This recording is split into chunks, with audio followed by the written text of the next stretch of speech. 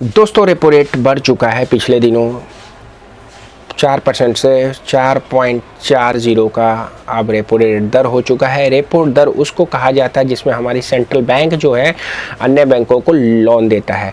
जब अन्य बैंकों को लोन महंगा मिलेगा तो आप लोगों को भी पता है कि आपको भी बैंक महंगे रेट पे ही लोन देगा।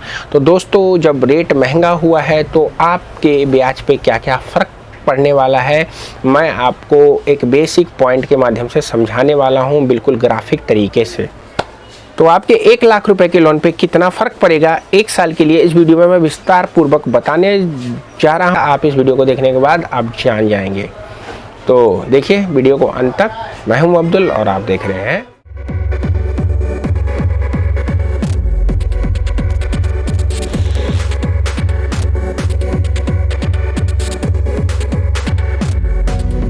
तो दोस्तों कैसे हो आप। दोस्तों आज जो रेट ऑफ इंटरेस्ट है वो बढ़ गया है और अब आपके ऊपर बर्डन पड़ने वाला है ब्याज दर बढ़ने का।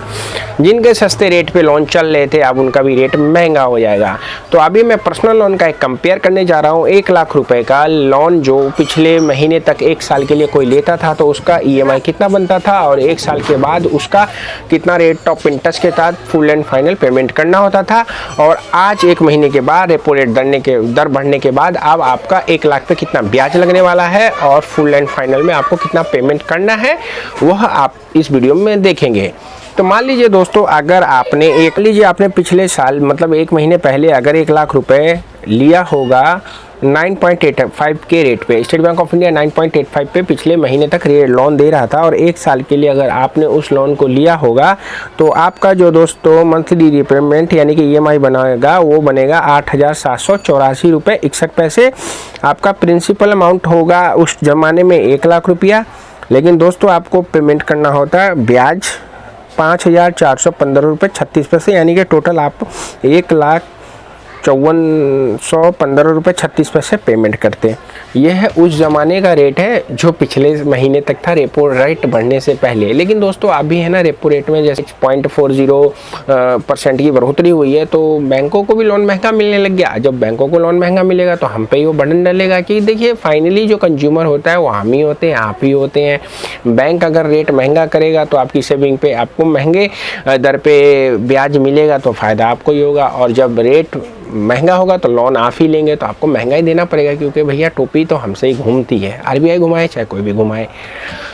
तो RBI भाई इसलिए घुमा रहा है कि हमारी जो विश्व शक्तियां हैं आपस में लड़ रही हैं एक दूसरे को आगे पीछे करके, और भी बहुत सारे प्रॉब्लम हो सकते हैं। कच्चा तेल है या वर्ल्ड इकोनॉमिक, तो अब पता है कि एक ग्लोबल पूरी दुनिया, एक देश नहीं एक गाँव ही कह लो, तो एक के ऊपर अगर कोई फ़र्क पड़ता है तो दूसरों पे ऑटोमेटिकली फ़र्क पड़ ही जाता है। तो महंगाई दर बढ़ने का कारण कुछ भी हो, लेकिन कोरोना के बाद तो हालात युद्ध की वजह, यूक्रेन रूस का जो युद्ध चल रहा है उसकी वजह से भी ख़राब है। तो अब दोस्तों बात कर लेते हैं अभी सबसे जो कम रेट ऑफ इंटरेस्ट पे State Bank of India loan दे रहा है आपको 10 लाख या 10 लाख से ऊपर, तो उसका रेट ऑफ इंटरेस्ट उन्होंने अभी फ़िलहाल जो रख रखा है ये भी बढ़ ही जाएगा 10.30 का। यानी कि अगर आप 1 लाख रुपए लेंगे 10.30 के हिसाब से और 1 साल के लिए तो आपकी EMI आप बन जाएगी दोस्तों 8,805 रुपये 55 पैसे। और अब आपको जो देना पड़ेगा टोटल 1,05,666 रुपये 57 पैसे, यानी कि आपको इंटरेस्ट देना पड़ेगा 5,666 रुपये 57 पैसे। तो ये आप देख सकते हैं कि पहले जो आपको ब्याज देना था 5,415 रुपये, वो अब आपको देना है 5,666 रुपये, यानी कि 200 कुछ रुपए की आपकी बढ़ोतरी हो जाएगी पर मंथ की EMI पे।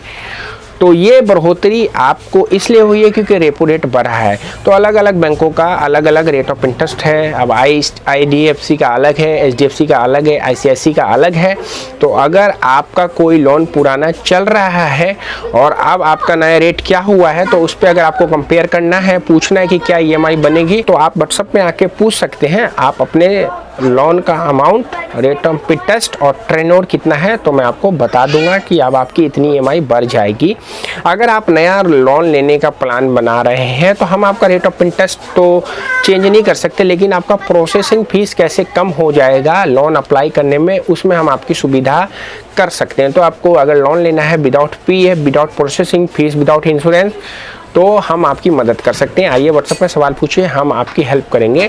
और अगर आपकी सैलरी 50,000 से प्लस है तब आपको दोस्तों कितना ईजी से लोन मिल जाएगा आप सोच भी नहीं सकते। आइए पूछिए, हम बताएंगे लोन क्या होता है, कैलकुलेशन क्या होती है लोन की, उसमें जो टेन्योर होता है वो कैसे देखा जाता है, लोन लेने से पहले आपको बैंकर से क्या क्या बातें पूछनी चाहिए, इनकी जानकारी अगर आपके पास नहीं है तो ये जो कुछ मैंने वीडियोस बना रखा है आप जाके देखिए, डिस्क्रिप्शन में लिंक है। आपको लोन लेने से पहले इन बातों का तो पक्का ध्यान होना चाहिए जो आपके लिए बहुत ज़रूरी है।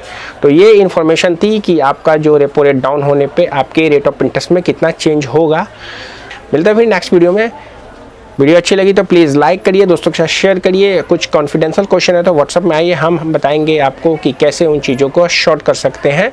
लोन लेने से पहले, क्रेडिट कार्ड लेने से पहले एक बार हमारी वीडियो ज़रूर देखिए। आप देखने के बाद लेंगे तो आप उस चीज़ों को अच्छे से मैनेज कर पाएंगे। लेकिन अगर फंस गए हैं क्रेडिट कार्ड के डेट में तो सेटलमेंट कैसे किया जाता है, आसानी से कैसे होगा, उसके ऊपर ऑलरेडी कुछ वीडियोस बना रखी है, उसको भी आप जाके देख के अपने ज्ञान को बढ़ा सकते हैं। अलग अलग सोशल मीडिया पे हमें कर लीजिए फॉलो, टेलीग्राम ज्वाइन करिए, वहाँ पे नई नई वीडियो का नोटिफिकेशन आपको मिलता रहता है।